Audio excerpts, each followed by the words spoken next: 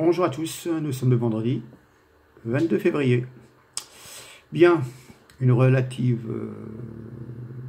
semaine très chargée en événements, enfin beaucoup d'événements faits pour diversion. Nous allons revenir à la séquence Marche des Gilets jaunes. Nous avons notre philosophe Finkielkraut qui se fait apostropher. Enfin, on nous a dit qu'il s'est fait agresser. Attendez. Il s'est fait apostropher d'une violente manière par des gens qui l'ont traité de sioniste et lui ont dit d'aller se faire voir en Israël. C'est une chose. Vous remarquerez que, comme par hasard, une concordance, vraiment, quelle chance, hein. BFM était là. Puis des policiers étaient là aussi pour assurer sa protection. D'accord, ouais. Ah bah du coup, on a parlé du retour de l'antisémitisme. Ouais, bien. Et puis, 2 jours après, il y avait des croix gammées sur des cimetières, un cimetière en Alsace. Ouais, d'accord. Oh, M. Macron, il est super Macron. Hein. Il s'est déplacé, il a trouvé, dans son agenda hyper chargé, il a trouvé le temps d'aller faire le retour Paris-Alsace et d'aller manifester son indignation devant le cimetière et ainsi récolter des dizaines de votes potentiels de la communauté israélite de France. D'accord? Ouais, d'accord, une fois, 2 fois.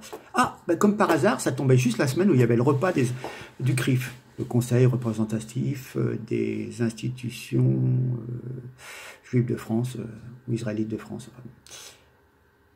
Et là, on a eu droit à un beau discours sur, mon Dieu, le retour de l'extrême droite, qui est antisémite. Ouais.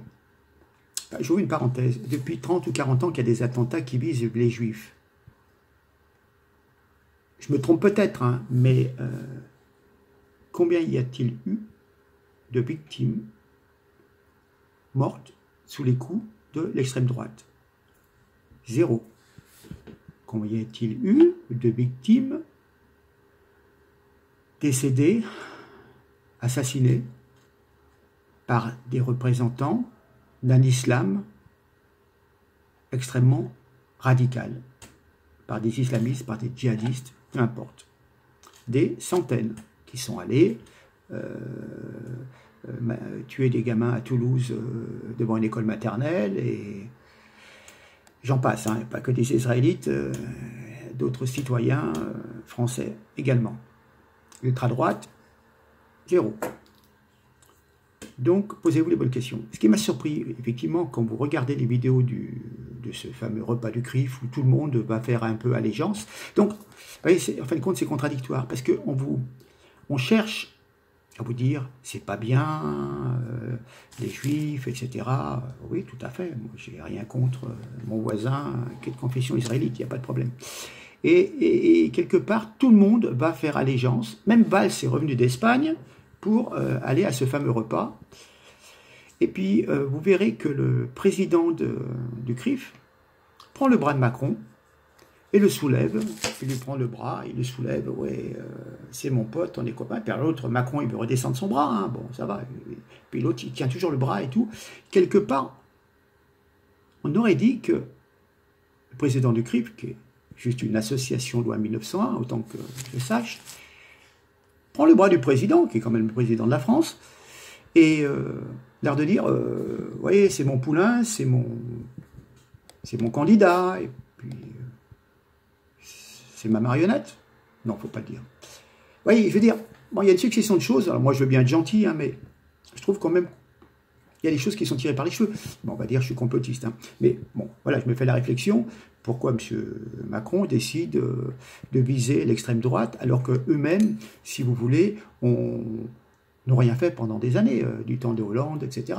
Comme je dis, faire des marches, c'est bien, mais prendre des mesures, c'est mieux. Donc, stop à l'hypocrisie, hein, parce que ça commence à suffire. Rien n'est fait contre l'islam radical. Il y a des dizaines de mosquées salafistes. Je ne veux pas abuser nos concitoyens musulmans qui pratiquent leur religion tranquillement, comme un catholique qui va à l'église tous les dimanches, etc. Bon, ok, c'est une chose. Mais je dis, il y a des mosquées où on prêche la haine du français et de toutes les personnes de confession israélite comme un ennemi séculaire. Et Et ça ne peut pas durer. Donc, je m'étonne en plus de ces gens qui ne font rien pour faire avancer et qui se distinguent en choisissant les personnes qui ont le droit de participer à des marches. Vous voyez, ils se disent, ah bah oui, mais non, on donne un brevet d'honorabilité. Il y a les bons partis politiques, l'UDI, les Centres, le MoDem, le Parti Socialiste. Voilà. Mélenchon, allez, bon, c'est parce qu'il assiste. Ah, mais alors Marine Le Pen, Dupont-Aignan, ah non, non, non, non, ben, attendez, vous plaisantez là. Franchement, vous ne faites rien depuis 20, 30, 40 ans. Et puis, et là, vous vous dites, ah ben, c'est bon, moi je vais, c'est moi qui vais décider qui a le droit de venir. Bon, enfin, moi ça me semble un petit peu bizarre, mais bon. J'avais fait un texte, ceux qui ont laissé s'installer l'islamisme radical anti-juif se donnent le droit de décerner des brevets d'honorabilité et de choisir ceux qui ont le droit de participer à la marche contre l'antisémitisme. C'est fort de café hein, quand même. Mais bon, on va continuer comme ça, toujours avec les mêmes, qui ne font rien, et qui viennent s'étonner après qu'il y ait des soucis, et que nos concitoyens israélites ne puissent se balader dans certains quartiers sans être agressés, ou se sentir très très menacés, voire de déménager de certains quartiers. Vous voyez, donc en fin de compte, moi j'ai rien contre les Israélites.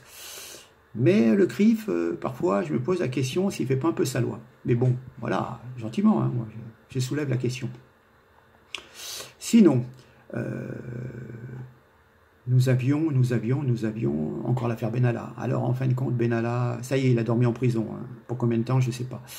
Mais Benalla, en fin de compte, c'est marrant parce que Macron disait que les gilets jaunes étaient manipulés par les Russes. Et en fin de compte, on s'aperçoit qu'au sein même de l'Élysée, M. Benalla et son copain Vincent Grasse faisaient des contrats avec les Russes. Et puis même, je crois qu'il y a un contrat de 7 millions d'euros avec des Chinois. Fantastique. Fantastique. Je voudrais bien connaître le coffre-fort de Benalla. Il doit avoir des dossiers, il doit avoir des choses. Je pense qu'il y a beaucoup de choses qui vont sortir, j'espère. Hein. Mais ouais. Puis je pense qu'il y a des choses aussi du côté de Brigitte qui ne sont pas claires. Il y a des enrichissements, il y a des choses comme ça. Mais bon, il faut que les journalistes aient le courage.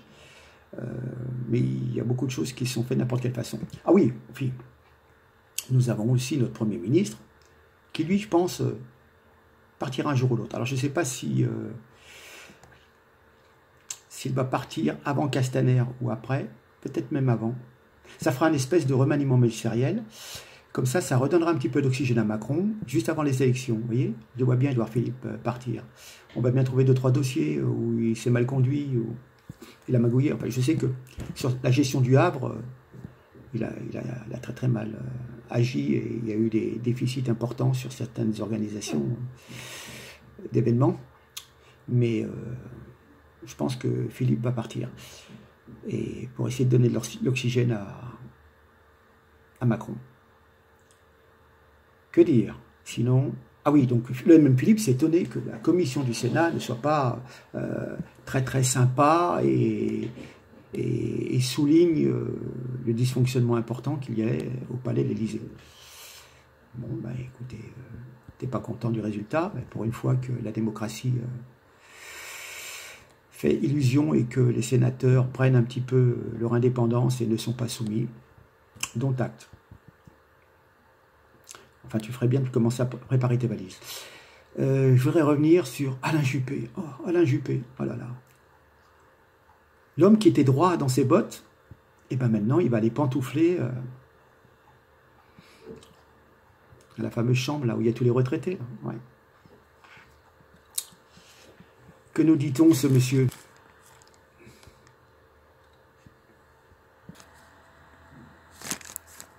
Oui, revenons sur Juppé. Alain Juppé touche depuis une quinzaine d'années une retraite d'inspecteur des finances. Le corps des hauts fonctionnaires auxquels il était rattaché. Montant 3 654 € par mois. Alain Juppé aussi fait valoir ses droits à la retraite de parlementaire député durant 12 années, de 88 et 93, 97, 2004, ouais. 6200 € net mensuel. Ouais. Et puis là, on va lui rajouter, je crois, la modique somme de 14 000 €. Ouais, Conseil constitutionnel. Bien, bah écoutez, hein, c'est une bonne récompense pour avoir séparé les Républicains et en avoir donné la moitié à Macron. Donc voilà. Je vais revenir sur Castaner. Alors, Castaner nous a sorti dans une émission pour enfants que les Gilets jaunes étaient des perdants, quoi, des has-beens. Il leur a même expliqué les endroits où il fallait viser avec le lanceur de balles, le flashball, qu'il fallait viser les jambes, le tronc. Il leur a montré ça sur un tableau, et en étant vraiment très très négatif vis-à-vis des Gilets jaunes. Donc, eh ben, je pense que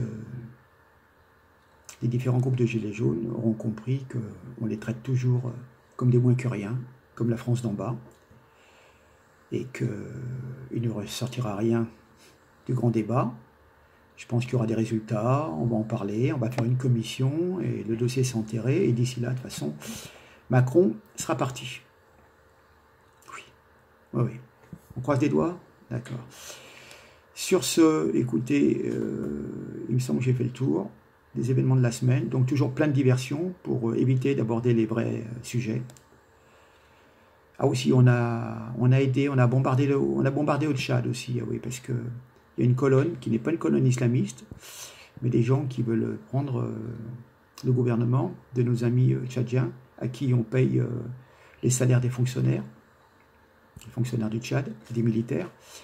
On leur a filé encore 30 millions d'euros, je crois, alors qu'il y a de l'or, enfin bon, il y a plein de choses. Et donc, voilà, on vient aider les tyrans à se maintenir au pouvoir, c'est ce qu'on appelle la Centrafrique. Voilà, écoutez, prenez soin de vous, likez, partagez, abonnez-vous, et puis je vous dis à la semaine prochaine. Merci, au revoir, à très bientôt.